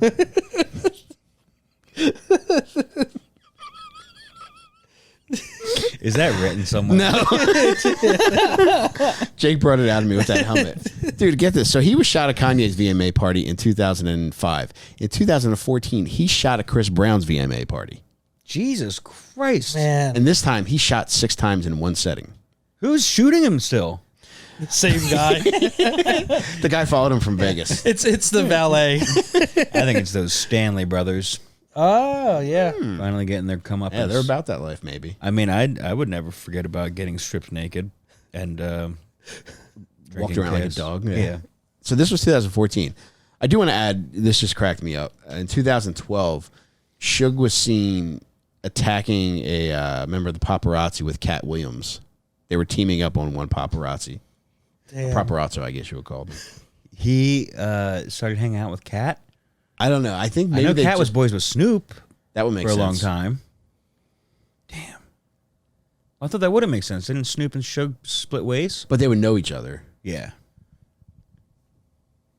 That's funny. Oh, going back, I just want to add this context for the Sam Snead story where he, pardon me, beat him up and then made him eat his steak with him at his table. what brought that on was Suge was going around town trying to get Dr. Dre's friends to say that he was a homosexual. Sam Snead refused to acknowledge that Dre was a homosexual, so that's why he got beaten up at the steakhouse. Wow. When a powerful man tells you to call his former associate gay in public, you do it. Dude, You do it or you eat a bloody steak. if my worst enemy called me up and said, like, yo, will you publicly say that Del Calo's gay? I'd be like, yeah, dude. beef, gone. Thank you, Mike. In 2015, you like the movie Straight Outta Compton. I liked it. I couldn't get through it. I didn't like it. Really? Too melodramatic for me, man. Yeah. I can Do see you like that. Boys in the Hood? I loved it. Yeah. Did you like Friday? Yeah. It's not melodramatic. Did John Singleton also do Menace Straight to Outta Society, I think. Oh. Did he do No, Boys in the Hood? that was F. Gary Gray. Oddly enough, Suge threatens him. Regarding the making of the movie? Well, dude, the next thing that I'm going to get into is Suge shows up to the set of Straight Outta Compton. He's not invited, but he finds out that he's being portrayed in an unflattering fashion. How dare they? So he shows up to filming. Trying to clean up fucking 20 years of media footage of yourself. Of being like, you better not do that to me in this movie. Suge, I hope you're still watching. You're acting like a fucking idiot. Oh my God, John. Thanks a lot. Jake said that. You can edit it to make what Jake said it. Nope. The strap cut off. So Suge's wilding on the set of Straight Outta Compton, and he's got a friend that's on the set. This guy, Terry Carter. Suge starts arguing with one guy on set, in particular named Clee Sloan. Terry Carter is a mutual friend of both Suge's and Clee's. So they're like, all right, let's leave here and let's see if we can resolve this someplace else. So somebody says, like, okay, let's meet at Tam's Burgers, which is a local burger spot. Fucking Terry Carter and Clee Sloan are waiting in the parking lot of Tam's Burgers, and Suge just pulls up in his pickup truck, runs both of them over, Holy shit. backs over both of the bodies as well. Oh my God. And this is all on tape. They're not body. They're still humans. They're still alive. You didn't One kill ends them. up, yeah. Somebody, they died from that incident? Wait, I gotta double check. At least one of the guys died. I don't know if both died. My God, dude. This is insane. I didn't know his menace lasted so long. You would just said he was his friend. And he was like the voice of reason, right? Terry? Terry was Yeah, the peacemaker. Yeah, he was the mediator. So I think he killed both of them. Fuck, I should know this, but I don't. Now, Tams, I can get into. A civil wrongful death lawsuit. Damn. Killed Terry Carter Oh, man. outside of Tams Burgers. Okay, so at least he's dead, and that was his buddy. Jesus Christ. At least He's he's dead. 57 when he did that? No, I think he was 52. Okay, this is 2022. It is. Okay. He ends up, he's found guilty of voluntary manslaughter, and he ends up getting 28 years in prison. All right, so this is like for years of things that he's done. Yeah, I'm sure none of that shit factored in well for him. And he's got a funny banter with the judge. At one point, he tells the judge, "You're my only friend." It's very sweet. Suge, I'll be your friend if you don't have me killed. There was another funny thing that Suge said during the trial when the judge was asking him how prison life is treating him. He's like, you ever see that State Farm commercial and like a good neighbor State Farm is there and then somebody helpful pops up? He's like, I sing that all the time in my cell and nobody helpful pops up. It's just the most scared man in America at the cell next to him. Just waiting to see what he does after he sings the song. It's just imagine like you're his little white cellmate and he's just like, say the jingle. Where are the khakis? You're already Jake, dude. Oh, no. Oh, God. Jake was white first. Yeah. Can I just get butt fucked instead?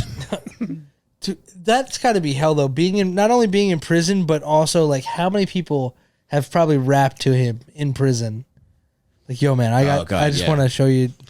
I've been doing this my whole life. This is insane that you're here. Yeah, What an opportunity. Eventually, he's just like, can you just put me on actual death row?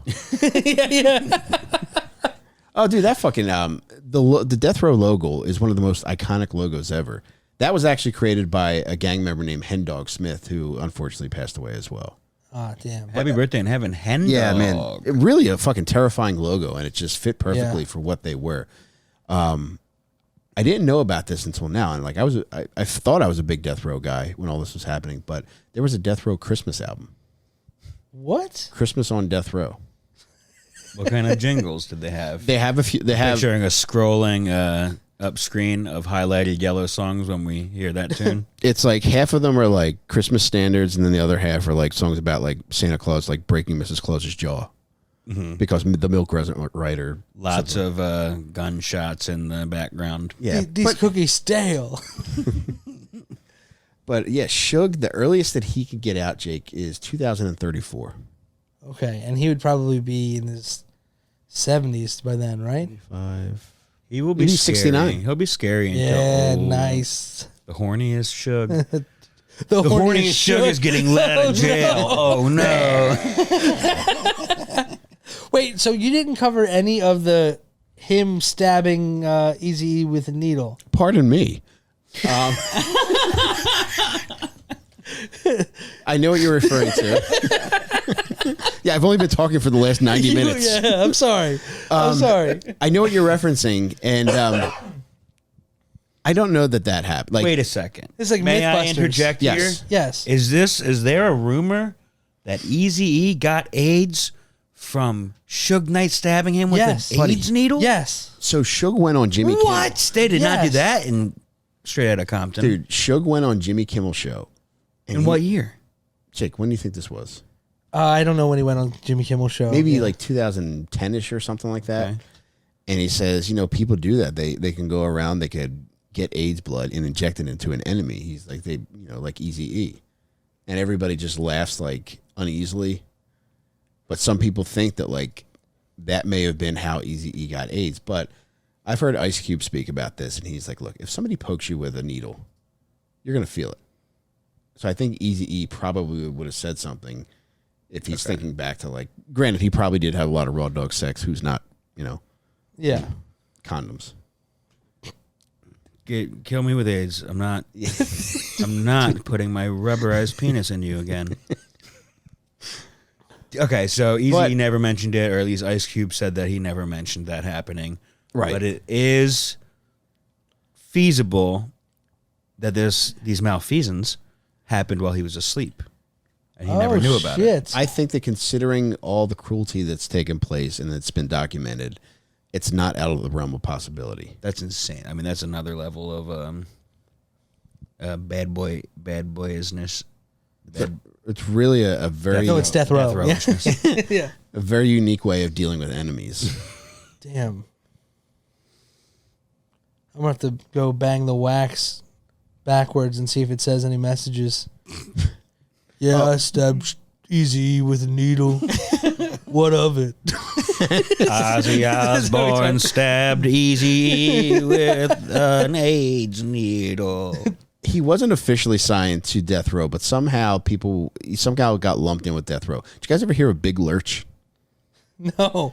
He was a rapper, a fucking hulking man who was just rapped. I think they call it like horrorcore. Where they just rap about like monster shit and just blah, blah, blah, Chucky and Freddy and Okay. Yeah. Just seeing anything he sees on TV. Yeah, how is this not like your favorite style of music? I don't know, man. I think I'm reaching a point in my life where I need more whimsy than anything else. Like, I enjoy doing this every week, but I've really cut back on all the other sick shit that I intake now that I have to do this so often. Yeah. Smart move. Yeah. Yeah. Like, I watched my wife had on that fucking Duggar show last the night. new one, right? Yeah, and they were talking about how they discipline babies. And how do you discipline a baby? they do this thing called called blanket therapy or something, where like they lay a kid on a blanket and they smash shit down around the blanket Jesus. to make them afraid, and then they start introducing objects that the babies like, and when the babies like want to reach for the object that they like, they'll either make the loud noise then to scare them into making them not seek out pleasurable activities, or they'll actually hit the fucking kids. Jesus. Yeah. So How are they showing this on television? They're not. They're describing. However, there is like a a lady. tell-all documentary. I watched a YouTube video of a lady describing the process, but she's using a pillow in place of the baby. Yowzer. Is this I need somebody to come over and do that in my kitchen. Is this like set? And what's the goal? I don't know. Just to stop To get him Jake. to stop sleeping on a blanket in the kitchen. Yeah. Are these the what was their show called? Like 17 and counting or something? Meet the Duggar. Duggar Rich. It was not Duggar Rich. The one was an especially bad boy. Yeah. This is not Octomom. What No, are this the is people? separate, Why are yeah. they famous? They just had having a a ton of large, kids. Yeah, huge. Were like, they a reality show too? They were. Yeah. They were growing up Duggar, I think. yeah, it 19 was. kids and counting was the. That was theirs? Yeah, It was That's- I fucking think- too off, and you said Yeah. nothing about it. Yeah, now I remember. And they had to keep adding to the number because they kept having kids during the production. Because that old bitch couldn't close her legs. I mean, that old fella couldn't pull out. It's his fault. How does the baby stay in there after 20 kids? Like He's got to do like legitimate. Mission Impossible, like, or whoever the guy is that holds onto the sides of things.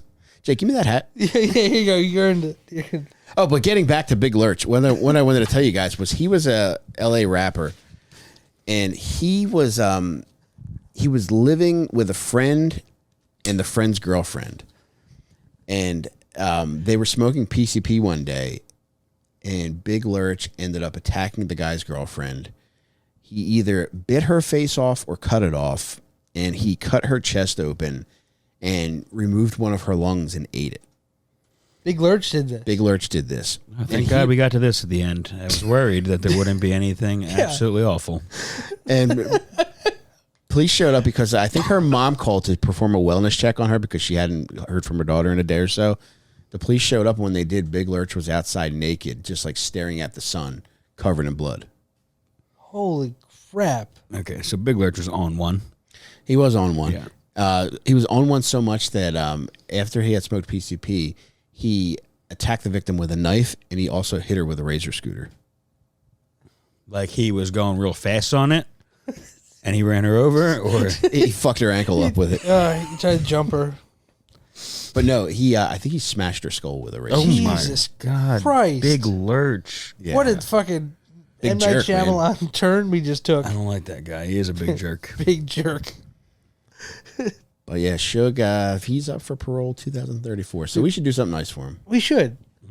Dude, I love that You you should have. bake him a cake with a nail filer in it. What if we all dressed up as State Farm agents and showed up to visit him Where is he? Oh, in dude. San Diego? We're gonna be Suge's Angels. Beautiful. I know, yeah. What a beautiful Yeah. vacation we could write off.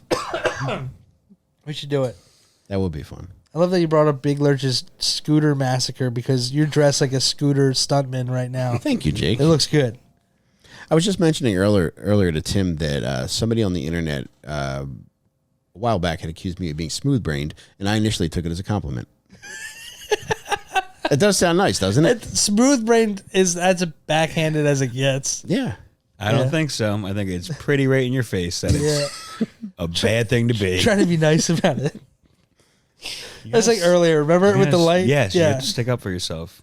We had a bright light shining in our face, and Mike's like, "Jake, it's not bad." I'm like, "No, it's good." And then John sat down. He's like, "What the fuck?"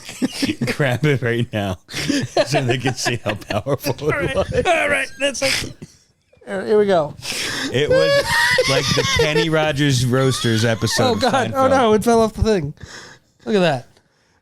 They can't see it like that. You have to shine it in my eyes for them to really. It would have been like this for the full episode. It would have been. Every time I would have looked at Jake, you don't say. Oh man. Oh. I'll just stare at it for the rest of the episode. I now. love the glow it has from over there. We're doing a long one, by the way. I just saw Don't the stare time. into All it. right. Ah, Yeah. fuck. It will fuck your eyes up. Jesus. I thought I just saw Tupac. All right, I'll put it right here. So how you guys doing? I'm all right. How are you? I'm doing pretty good, man. Had a nice Yeah. weekend. Jake and I are going to a concert. That's exciting. We are. We're going to see Bryan Adams and Joan Jett. Hell yeah. In an empty 76er stadium. We love rock and roll. That's her? Put another diamond. That's in the both of us jukebox? tomorrow night. I really hope it's not Pat Benatar, or I'd be. I don't you just hit me with your best shot. You'll be mad at Pat. No, well, I would be mad because I thought Joan Jett. You want Joan Jett better. I want Joan Jett to sing that song. I don't care who wrote it. Which one? We love rock and roll. Which songs did she write? Hit me with your best shot. Joan Jett did? No, that's Pat Benatar. The hat really starts to creep into your brain Yeah. cells. You know what? That's Lil Nebby. Oh man. What does Joan Jett sing? I'm asking you. I love rock and roll. Wait, is she from Lansdowne? I thought you Oh, guys Joan said it Jett's was from Lansdowne, so it's a hometown show. How disappointing to not sell out the stadium of your hometown It's show. the fucking 20,000. They don't have 20,000 people in Lansdowne. But hey, at least she's bringing Bryan Adams, Man, I can't wait to see him, man. which I always confuse with Ryan Adams. you do confuse them? I do because of like over time, because I never really listened to Ryan Adams except for when he did like the 9/11 album. Remember he had like a music video right as 9/11 came out? And they're like, this guy's something. I was Ryan like, or Brian? Ryan. What did Ryan say about 9/11? He didn't say anything. He just has a song and a video called New York, New York, where it's filmed from Dumbo, Brooklyn. And Yeah. you can see the Twin Towers very clearly. And it was filmed on September 7th, 2001. Whoa. Just 4 days until George Bush changed all of our lives forever. Yep, and by naming fries Freedom Fries. I'm going to bring that back. Start calling them Freedom Fries again. You guys should. I don't know what part of Canada Bryan Adams is from, but you should give him a little stink about how smoky it's been down here. You guys see it? It has been pretty heard bad. about it. Smoke? You see the moon last night? Yeah, the moon was I took cool a picture as fuck. for you. Thank him for that. Was it Yeah. a buck moon? It was looked pretty buck. buck. It was red because of the smoke. Okay. Sun was red today too. Is that why Jake's red right now? That's why it's the smoke. Thanks a lot, Smoking. Canada. I love rock and roll. That's Joan Jett. Sincerely. And then I hate myself for loving you. I wanna walk. Bad Reputation. That's a good one. Those three. But I don't know Bad Karma. Bad Karma? I don't know that. Well, you deserve it for those shorts, Jake. Thank you. Nice hat, though. I don't know. I don't know. What do any you other What do you not songs. like about the shorts? Besides the length, the material, I'm the taken shape, to them. I think it's what they're material attached because to. God damn it. Leave my shirts alone. I can't wear You shorts leave them like that. alone. That material just, I hate the way it feels on me. Oh, I love it. It's not great. It's so comfortable.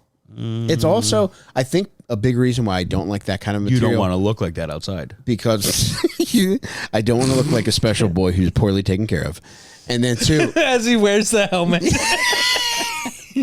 yeah, I have At dignity. least I can see his knees. Jake, one of the reasons why I don't like to wear that material as shorts is because it is very unflattering to the bird. Ah. I mean, if you got substantial meat, mazel. I mean, Congrats, there's substantial just meat in general. So maybe that works in my favor.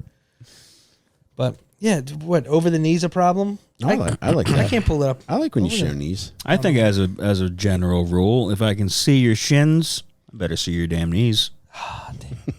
And if I can see your knees, I better see 2 inches or more of your thighs. The cops will say that when you pull you over at gunpoint.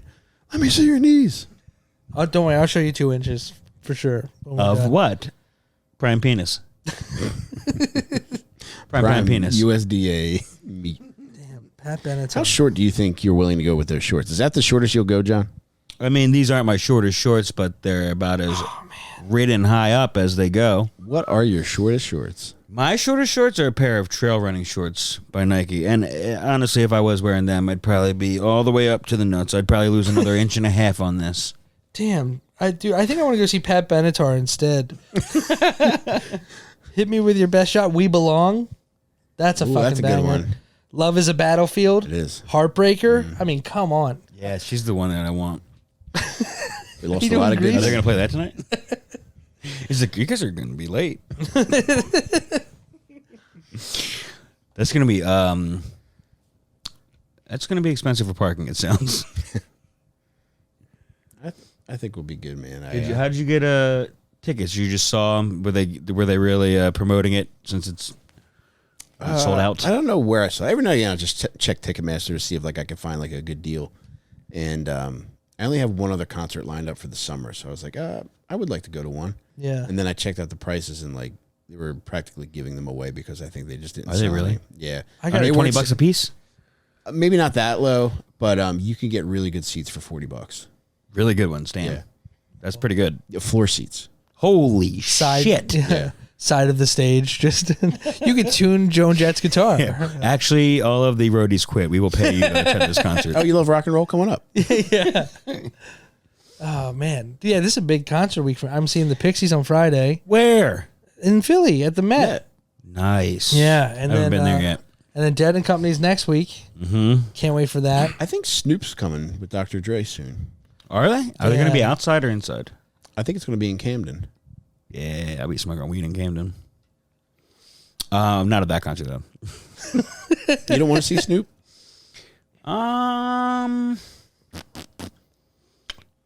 No. Not to go to Camden. If Snoop came to me, I'd see him. He's legit coming probably as close as he Camden's could. tough, man. You got to really. Yeah. I fucking hate it. Yeah, it's yeah, the it's worst. terrible. It's the worst. This will be Driving, the- getting a ride, taking everything the about train, it. taking the bridge, taking the ferry. Yeah. It's all a nightmare. Yeah, it does. I've done it every single way. I parachuted in one year with Richard Branson. You borrowed Perlman's blimp. I was catapulted out and back over the river one year. Yeah, I truly hate seeing anything there. However, Jake and I are going there next month Yeah. to see Godsmack and Stained. I mean, how do you go from Bryan Adams to Godsmack and Saint? Lose custody of your kids. Yeah. I can figure this out. He just searched for concerts in my area and found $20. $40 tickets. Yeah. Change the maximum price. Let's lower that. See how low we can go. That makes me want to go on and get a ticket for the seat in front of you guys and wear a big old hat. Ooh, joke's on you because we're in the front row. You What? are fucking not. We're in row 1 of the section we're in. Are you serious? So nobody's going to be sitting in front of us, Jake. Damn. Fuck, I need a really big hat for this. Hat so big you can see it from behind you. You want to start with this one? That would be a good base for what I'm going to put on top of it. God, what an awesome episode. Suge Knight, man. He was fun, man. I wouldn't. Well, yeah, for a lot of people, no. But, Yeah. but this was so much fun, man. It really got me listening to some of my old music. And, dude, the Chronic and Doggy Style really brought me back to a very nice time in my life. That's awesome. And I haven't listened to those albums so much in the years since, but, man, they were great. Let's set the scene for when you had these albums. For when your aunt picked up these albums for you. Tapes or CDs in 92? Tapes. Yeah. Okay. I had the tape for both Doggy Style and the Chronic. And as you were waiting for Aunt Pat, who gave you $5,000 to come home with the tapes, Or did you go shopping with her? Did you get to pick it out? I most definitely picked it out. I don't remember buying it, but I Okay. remember laying on her couch and just blasting it. Yeah. Thinking Okay. I'm the man and thinking about all the acts of violence I wanted to commit. Oh, okay. Still eating ham. Yeah, I was a Yeah. little fat boy. Yeah. Ham, and what kind of get up are we wearing? Are you just wearing generic whatever your clothes are bought for you, or were you dude, requesting that summer some John Blaze type stuff? here? Well, not far off, man. I think I mentioned before. I've been profoundly anxious since I was a child, and to try to alleviate that, I started wearing no fear shirts. Yeah. No, That was start to from the make me not outside in. fearful. Yeah. Yeah. that works. So I wore no fear shirts that summer. I also had one that was like a dirty Chinese menu, and I had purple dungaree shorts. I had green dungaree shorts. Damn. Okay, so that's a little bit of a 90s flavor in there. Yeah, Couple Yeah. Looney Tunes characters with their arms crossed. I didn't have that, but I did have a Pittsburgh Pirates starter jersey Okay. that I made my mom put on backwards for me for crisscross. Instead of just turning the shirt around and putting it over your head, you made her button it up from the bottom for you. Yeah, I made my mom blow my back. Okay, so you were already in the rap phase Yeah, I was in pretty the hard early into it. 90s. Yeah. And you dressed as such for a good half of the 90s probably until Yeah. you started getting into new metal. Yeah, I dressed very wiggerish until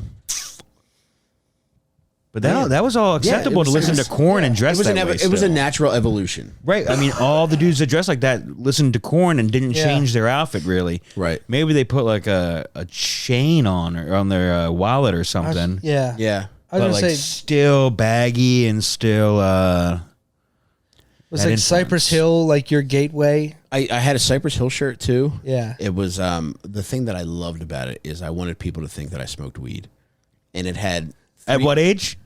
12 or 13, That's awesome. I want people to think I awesome. smoke weed. and it was like cartoon versions of the guys from Cypress Hill, and whoever was in the middle was like extending a joint. That was probably Fieldy. He wasn't in Cypress Hill, Jake. Oh God He was damn in it! Korn. This guy fucking has been checked out for the last 32 I seconds. got that case of the smooth brain. As our producer just kindly pointed to his own brain to call you out. Oh yeah, he wants me to have the helmet. Oh man, Should we get a second Dunce helmet? we need 3 I think we need 3. for And the rest of them. Why do they wear helmets every? I think we should all have a helmet. one. And none of us should have a mic. That's how it should operate.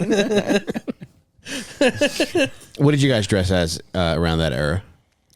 You're much younger than I am. I'm 44. 37. Yeah, 35. Okay. I was in the 90s. Let's see.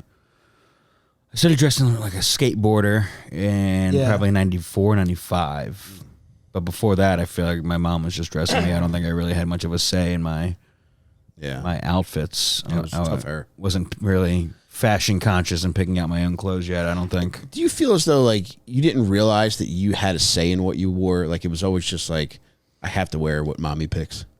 I feel like maybe until some point, but then it's like once you stop wanting toys for Christmas, it's like I think that's when you probably want to pick out what you're wearing. True. So it's like Man, she probably based off whatever I asked for and then, got stuff she thought was similar. yeah. What are you guys laughing at? My eyes were brought toward that light and instantly burned. It really hurt. I saw it happen. Dude, I cannot believe I walked into this room and Mike was blinding you by all means and was asking, is this okay? Is this okay? And you were like, yeah, I can probably get used to it. Yeah, I mean, we perform in front of lights all the time. You wouldn't have been That's able what to I said. drive home after that. Yeah, it's pretty bad. I don't know what I was thinking. You would have walked home in the wrong direction. I gotta stop saying Just yes. right onto the fucking airport fucking tarmac. Oh shit, that guy must have got his ass whooped by Suge Knight. Just cigarette burns all over his body. Why did the light make him take his pants off, though? Jake, I got a cigar. Do you want one? What? Yeah, maybe. You can have it. Okay. All right. Oh, you're just giving it away. I thought you guys were going to light up together. I was like, oh well, you gotta like. Which- We did once, and it just made me awfully ill. Did you inhale it? It's so hard not to Probably, inhale yeah. it. Yeah. Even Yeah, though you don't smoke anything. I love the way they smell, Uh-huh. and I Yeah. just wish I could suck something that smells. I that way. just want my lungs to smell what I'm smelling. Yeah.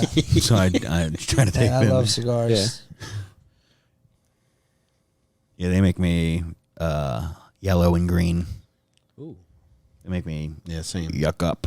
That's what they did to me. I went full Kermit with those motherfuckers. I did feel like a mafia guy though. Yeah. Me and Jake kept saying La Familia for some reason. The Cosa Nostra. Yeah. Where were you doing this? Outside of an Olive Right out Garden? front. Yeah, right out front of my house. We'd just taking care of some business. No. Yeah. Did you make somebody an offer they couldn't refuse? On that note, dude, Give it back. Give it back. We shouldn't even be podcasting still, but we are. this is what people like. We asked anybody if they listen this late into the podcast. I know. All right, And- this is a kumquat moment. And What's the new so word? many fucking people said that they liked this part. I was hoping no one would say it so we didn't have to fucking keep going after the. I love it. And he'll be in jail for the rest of his life. All right, that's the episode. No, people still listen. I went to an Italian festival on Sunday. You did? I really had a nice time. Is that where you got the cigar? No, that's. Okay. You just found that. I think Larry's Backyard Barbecue brought it. Oh, okay, cool. a year ago or something. Tell us about this festival. Oh, it was heaven, man. I Yeah? had gnocchis. Ooh. I had a porchetta sandwich. Damn. I didn't overdo it. Normally, I eat every fucking thing in sight. Yeah. Yeah, I you only gotcha. I only ate half of a sandwich there, and I had a bowl of gnocchis. No mozzarella sticks, and the pronunciations are driving me nuts. It's funny because the lady didn't correct me when I asked for gnocchis. Were you wearing this helmet? Were you drooling? Did No. you have stains on your shirt already? No, but a random Italian woman did tell me don't be a chooch, What is a chooch? like a goofball. What were you goofing? I don't know because I just asked her where she got her shirt. What the fuck did her shirt say? I don't remember what the front of the shirt said, but the back of it had a tag that said Hardcore Italians, which is an Instagram group, and that's where they sell this merch. Damn. And Don't be a chooch. yeah, I wish I could remember what the fuck that said, but she's like, yeah, you go to Hardcore Italians, they'll get whatever you need. They'll have whatever you need. I was like, all right, thanks. Shoot She's a like, commercial? and dude, Jake, she turned back and said, and don't be a chooch. And that was as a reaction to something you said? I don't know. Somewhere you acted? I don't know. Is the festival still going on? Can we go back and ask her? They should be wrapping up right about now. It wasn't in Wilmington, Delaware, was it? They do have one there. Yeah. And I hear that's a big one. That's Yeah, that my, one's that was my awesome. homegrown one. I think my mother lies about going there. She goes and doesn't tell you. Or she goes and specifically says, so I didn't go to the Italian festival this week, if that's what you were about to ask. She says that she told me she went before, but I can't picture her going to Wilmington. Can't picture her driving 25 minutes south. It's not that. It's just right down Philly Pike. You know what I mean? So you I just guess, go, man. Yeah, and it's not too in Wilmington. I would say, right? Like not the city proper. It's in like a nice part of Wilmington. No, it's not close enough to the city. It's close enough. Yeah. There was a very funny. It's great. You got to go and get a Panzerotti. We could Okay. get a. I think it might be this weekend. Yo, we When should is go. Bonnaroo? It's always that weekend. A Panzerotti. You can get mozzarella sticks at the Italian festival. No, Get any Italian ice? no. Did you get any freaking eclairs? No, cannolis? No. We were in the cannoli line, but they were cash only, so we had to get out. Only they were cash only. They were Everyone doing- else was taking. Well, everywhere else you could pay via Venmo or Cash App, but they were strictly cash. There you go. 11th through the 18th. of next week. Yeah. Jeez, God. We might have to do a group outing. that's a long festival. I mean, yeah. Yours was only one day or we one need weekend. to get some closure on the gnocchi debate that we Dude, had. that would be so funny. Let's do it. I'm game. Yeah. Let's do it. I'm going to get so many handshakes. That's where I get more handshakes than anywhere else in the whole What are they world. shaking your hand for? They know me. For that helmet? I feel like I'm gonna, Yeah, buddy. I feel like I'm going to get more belly rubs with this helmet on than a handshake, but I'll offer Paul I did see a dog with a Hawaiian shirt. at the Italian festival. Yeah. That's all. Where is he on vacation? He was in witness protection. What other options did you knock? Obviously, they had pizza. They had pizza. They had. You could get veal parm. You could get eggplant How parm. are you getting gnocchi and veal parm and eggplant parm served to you on a plate, and then you cut it up and sit down? Is it No. like a restaurant style, or like a little No, I feel like you have to walk carnival by, cart? right? Right. You Yeah. go up and it's like they have like little carnival carts, but a lot of them are set up like mini kitchens. Mm-hmm. So like they're even cooking right there. Yeah. Like my wife ended up getting a roast pork, which I had to walk away because I was so embarrassed by her order. She wanted a roast pork sandwich without the bread. So essentially she just wanted a container of pork. Hell yeah. And the guy gave it to her for free. Just to get her out of the line.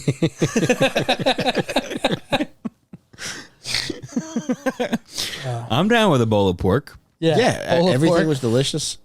And but like I said, I didn't want to overdo it because I have been going nuts with food, man. And I eat into the point where like I'm angry and sad. Mike, you're talking to the fucking The Bobo and the Little choir. Devil over here. Yeah, I love that's like. I mean, obviously, I don't have a cheat day. It's more of a cheat life. But if I'm going to something like that, I am Oh, God, planning yeah. my Yeah. day around like, hey, do you want to split mozzarella sticks so I don't have to eat all six, so I can eat half of a Panzerotti? See, you know, you got to that's- have like a that's team smart. set up. If I'm with you, yeah, like I a mean, smart way you've to gone do to it. eat with my wife. Like she'll eat a little of something, and you know she just keeps it moving. Like I can't just order all the things I like because, she calls it quits. Like, I keep going. Yeah. Yeah, we've actually indulged in Italian stuff together. That's like its own little Italian festival in there. Little Italy. Mm-hmm. Yeah, Italy. And we got a bunch of different sandwiches, and that was a really nice time. And yeah, that's always the way I try to do it. Get as much. I want to eat half of whatever they got there. One half of each item. Yeah, that's right. It's the ZZ Top diet. Got to keep it tight. What? That's how ZZ Top lost weight. How?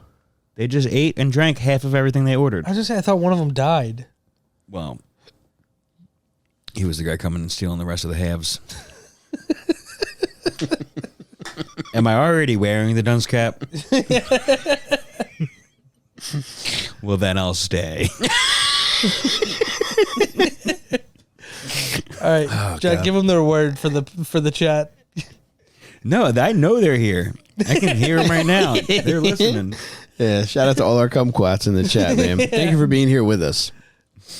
God, this talk is making me hungry. What are you going to eat?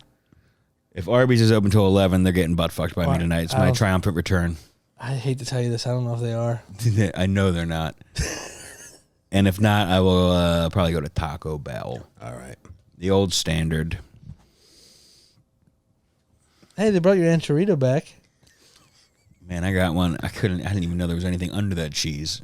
They melted so much goddamn cheese on there. Dude, I gotta go back to that fucking Taco Why? Bell. They're skimping on your They cheese? give me nothing. Like no sauce. Well, I did sit in the parking lot or the drive-through line for upwards of 15 minutes in park before anything happened. I'm pretty sure the guy in front of me passed out. Yeah? And then just left.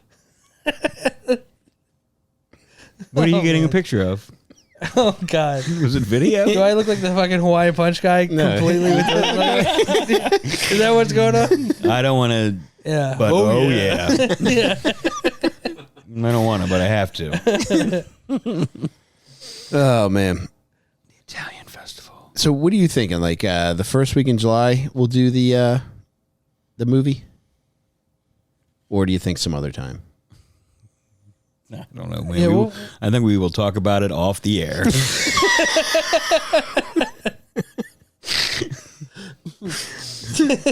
Can I have that hat back? You got it. Get me hot again. Jake, is there anything you want to talk about? No, I think I'm ready to let everyone have a nice rest of their life. Are we over an hour 35? We're over an hour 48. Oh, my God. Goodbye. Jesus. All right. Do you want to promote anything before we go? Just at Jake Matera on Instagram, Twitter, all that stuff. Same. At Johnny Delco. Or just follow Jake. Bye. Get a copy of my book at onperks.com. Thank you to everybody that's already bought a copy. If you haven't, please treat yourself. And I recommend that you buy, at minimum, the audiobook version. You can get that at onperks.com. That's onpercs.com. Additionally, if you're watching this on Patreon, I want to thank you for becoming a patron. It's because you were able to do all the fun, dumb shit that we're able to do. Like, your dollars bought this helmet. I'm not sure if we should be really getting into the nitty-gritty of what they're buying, man. So just know that your money's going to a good cause. But yeah, if you're watching this for free, you can support us financially by going to patreon.com/littlestinkers. You get every episode early. You'll get additional episodes. You get live AMAs. When we do book club meetings, you get to watch that. Movie watch-alongs. All the fucking inane shit we do goes on Patreon.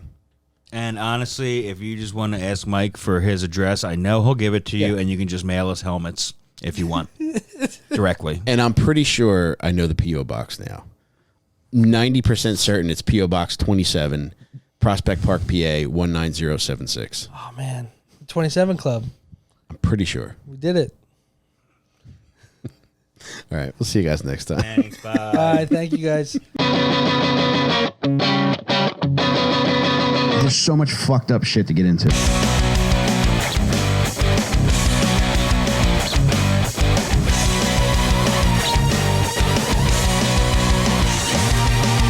Little Stinkers.